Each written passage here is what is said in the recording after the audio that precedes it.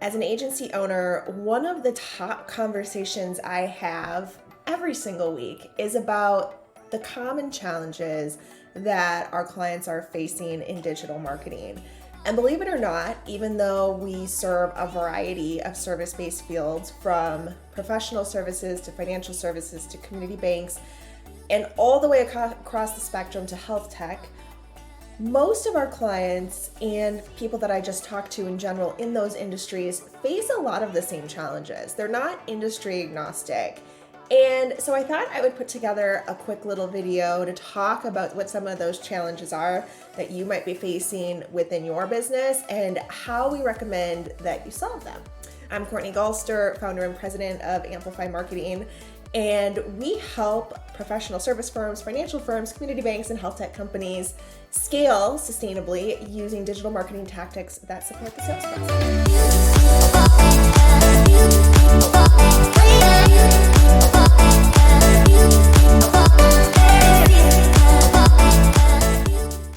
So this year is not that much different than last year in terms of some of the common core challenges that firms are facing.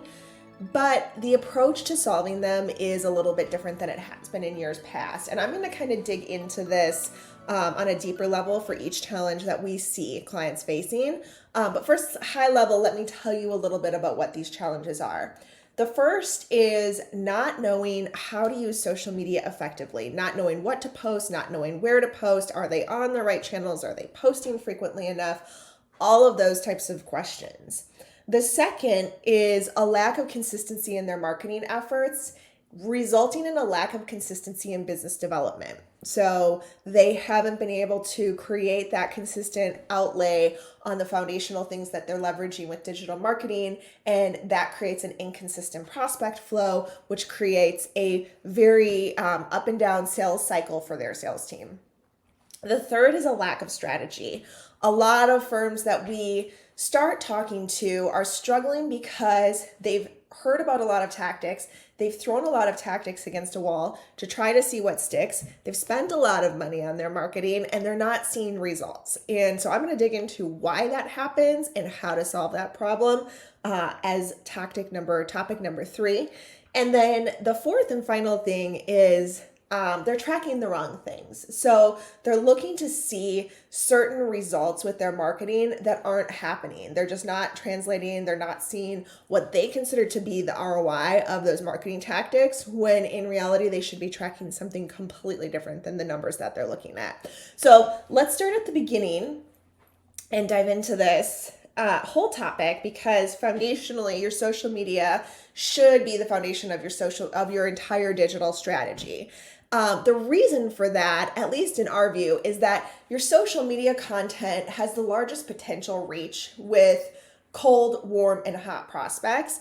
Now you can do this in reverse, but we typically recommend that our clients create content for their LinkedIn channels and then repurpose that content for all of the other mediums that they're keeping in front of their core prospect list on or their core client list on. So what that looks like is taking their social media content and then repurposing that in different ways for newsletters, for an email drip campaign strategy, for video content, like for anything that they're doing, that's kind of the foundation. That can work in reverse too. We have a few clients that create content for their newsletter and then use that content to inform their social media strategy and whatnot. But the great thing about using your social media strategy to inform everything else is that you get great metrics on what is driving engagement, and you can use that to drive topic considerations for other pieces of content as well.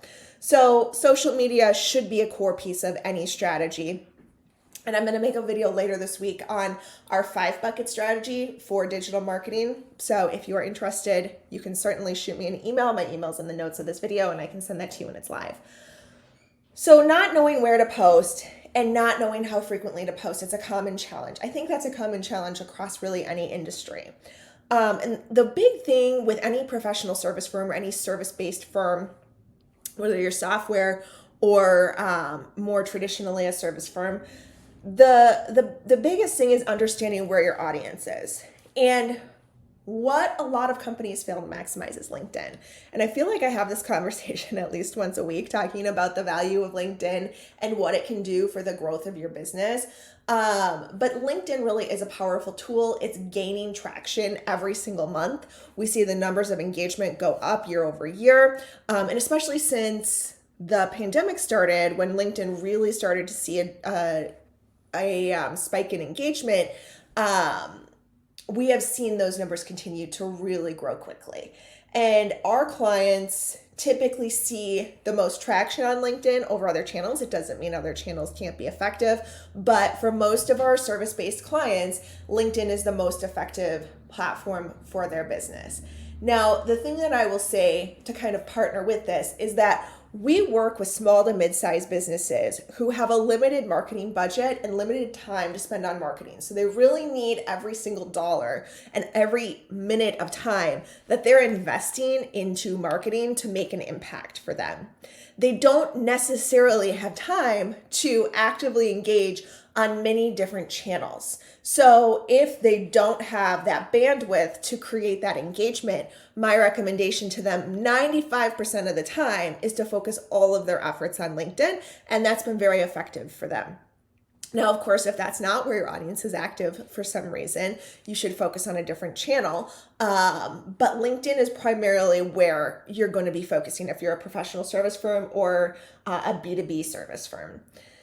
So focusing on where your audience is step number one, understanding that and building those channels out. But then the second piece of this is where a lot of firms misstep. They know where their audience is active, but they only create content that promotes their business. And they're not thinking about how they can create value or insight or education or connection with the people on the other side of the screen. It's really easy in the online world to get lost in the idea that you're just posting content for the sake of posting content. But the people that are digesting that content are actual humans on the other side of the screen or the other side of a device. And you want that content to resonate with them, right? They're not robots that are just reading the information to take the information in. They are people that are going to either resonate or not. And you want to be able to stop the scroll when they're scrolling through their social media feed, and you want that content to mean something to them. So you need to think about what value are we creating for the end user and create some balance with that educational or value add content and the content that you're sharing that's just about what your company does. That's just that purely promotional content. You also really need to think about how you're humanizing your company. Where many companies fail is I won't say that they fail, but they do too little of this. They don't post a lot of the human element behind the scenes at their company. And the clients that we work with that have consistent human content, so photos behind the scenes at the office or things that they're doing with clients or features on their team, they see significantly more engagement and significantly more conversions from their LinkedIn content and their general social media content than clients that never post people content. This is really the only way to build that human connection with other people that are absorbing your content. And this is how you get to what we call that linked influencer status. So you need to have a strategy for your social media content, for where you post. You need to have a strategy for what content's going to provide the most value and how you're going to create balance across all of the aspects of what you're posting. And then you also need to think about what kind of bandwidth you have to engage and grow your audience. So this is kind of the third piece of this puzzle where many companies fail is they believe that posting content is what's going to get them engagement and what's going to create conversions for them. And in reality, that's only one piece of the puzzle. The other piece of the puzzle is actually getting on that channel and being social and engaging. And that doesn't mean that methodically you're just going to go on once or twice a week and like some posts and comment on some posts. It means that every single day, you or someone on your team is going to go online and they're going to spend 20 to 30 minutes liking and commenting on other people's content if you want to grow that platform. So you can think about that. In some cases, we say, okay, you could spend 10 minutes per channel. But even at 10 minutes per channel on 3 channels, that's 30 minutes a day of time, which is, I want to say 3 times 5, 150 minutes a week. So you need to have someone that has that bandwidth to be that consistent person to engage with other people's content so that you can see your channels grow. Without that engagement factor, you won't see follower growth and you will not see growth and engagement on your own content. So it's really important that that's part of your strategy. And obviously, I'm just going to add this on. Sorry, I've got a little cold. But obviously, that person needs to be familiar with your business. This is not something that I recommend you hand off to an intern. This is something that you should hand to someone probably on your sales or marketing team who understands what you do and how you do it so that they can talk intelligently to people in the industry, not in a purely promotional manner, but in a way that could help convert those people that you're engaging with online into actual prospects for your business. So the second challenge that a lot of companies face is a lack of consistency. And if you know me or you listen to a lot of our videos, you know that this is something that I talk about a lot. It's probably like our holy grail of marketing at Amplify. If you do not have consistency within the tactics that you're implementing, you are not going to see success. You have to have that consistent implementation in order to get the results that you want to achieve. If you post for 2 weeks on social media and then you don't post again for 2 months, you are not building any kind of momentum for your brand. You're basically starting over from scratch. So having consistency in everything that you're doing from a digital marketing standpoint is really, really important. And that kind of leads into that next step of being more strategic with how you're choosing the tactics that you are implementing for your business. But let's hang tight on that conversation for 1 second. To build that consistency, you have to do a few things intentionally in order to start generating results. Number one, you always have to have someone responsible for the implementation of each tactic. Who is in charge of making sure that this stuff gets done? Who's in charge of making sure that this tactic stays on track? They may not be responsible for every piece of the process, but they're responsible for making sure that everybody's on task.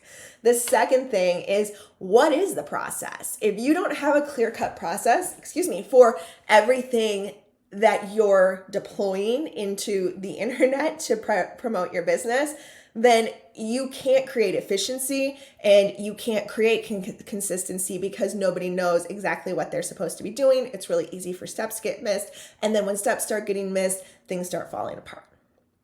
The third thing is, how are you tracking your work? So we recommend having content calendars so that you understand who's in charge of what and what's coming up. We recommend using a digital project management tool. We like Asana. That's my personal favorite. We've used it for many years. We've tried other solutions. They have not worked for us in the same way that Asana has. But you need to have some of these tools in place to understand who's responsible, what's the due date, and what's the implementation timeline so that you can stay on track and build that momentum and keep that consistency going. And oftentimes what we recommend is that you start with a limited number of tactics to implement. Lots of people want to go really, really wide with their marketing. They want to do a lot of different things. They want to go full steam forward. But if you don't get a handle piece by piece on your strategy, it's very hard to build consistency when your plan is this wide. So start here and slowly add to it until you get out here is what our recommendation typically is. So moving on from consistency and talking a little bit more of that lack of strategy. So throwing all of your ideas at a wall and seeing what fits is very, very, very common in professional services. And I want you to back up a little bit and think about what your actual plan is. What are your actual goals? Do you have financial goals that you're trying to hit this year? Do you have growth goals? Do you have business development goals? Of course you do. So let's move backward from those goals and think about what is going to actually help support the sales process to get to that end goal. When we focus marketing in a way that is more strategically supporting what your goals are on the sales side of your business, your marketing can be more effective. It has just a lot more ROI. You also need, kind of coming back in and coupling down on that consistency piece, you also need to be accountable to the strategy. So once you create it or hire someone to partner with you to create it, you need to be accountable to implementing that plan. And yes, things are going to move and change and ebb and flow. You may decide after implementing something for 3 months that it's no longer effective for you. You may decide that something is crazy effective for you and you want to double down on that. That's okay. But you need to have someone that's responsible for keeping you accountable to moving things forward and staying on track and assessing that ROI to make sure that you are focusing your time, energy, and money into tactics that are actually making an impact for you. That's where I recommend hiring someone, is hire someone that can come in, look at your business from a 10,000 foot view, from an outsider's perspective, and say, hey, this seems to be really working well for you. This does not. Here's what you can do to make this more cohesive. And here is how I can help you stay more accountable to implementing this plan. Anything outside of this scope is going on a list for the next time that we reevaluate. So if you are a shiny red object person and you see some cool new marketing tactic that you oftentimes get sidetracked with implementing, super common, this person can help you say, okay, we like this idea, but it's not a fit for what we're working on right now. So let's add it to the list and reevaluate in 3 to 6 months. So strategy. The final thing is you're tracking the wrong things. I cannot tell you the number of times that I have had someone say to me, well, I was looking at my competitor and my competitor got 200 likes on a post. Why am I not getting 200 likes on a post? And the answer to that is you're tracking the wrong things. We have to come back to what those overarching goals are. The numbers. Are you seeing your sales numbers increase? Are you seeing your prospect development numbers increase? Are you seeing more prospects in your funnel? Are you seeing more closings? Are you seeing more demos? Are you seeing more inquiries? Those are the numbers that you should be tracking. Are you seeing more website traffic from the right people? Those are the things that you need to track, more so than just kind of a high level likes, comments, followers, because our goal isn't to use social media necessarily to become a influencer. Our goal, although that's nice to have, our goal is to use social media to support the sales process. Our goal is to use marketing to help us grow the business. And lots of likes don't mean that they're likes from the right people. Lots of follows don't mean those people are going to actually buy from us. What we need to focus on is how we can get our sales numbers to grow in conjunction with what we're doing in digital marketing. So making sure that you're tracking those right things and you have those pieces set up. You're using custom redirects. You're using analytics on your website. You're using the analytics that the social media platforms provide. And you're looking at those reports and understanding how you're growing and how you're not. And you're understanding what content's performing and what content's not.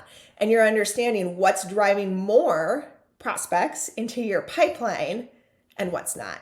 That's really important. And those numbers aren't always going to be tangible and direct.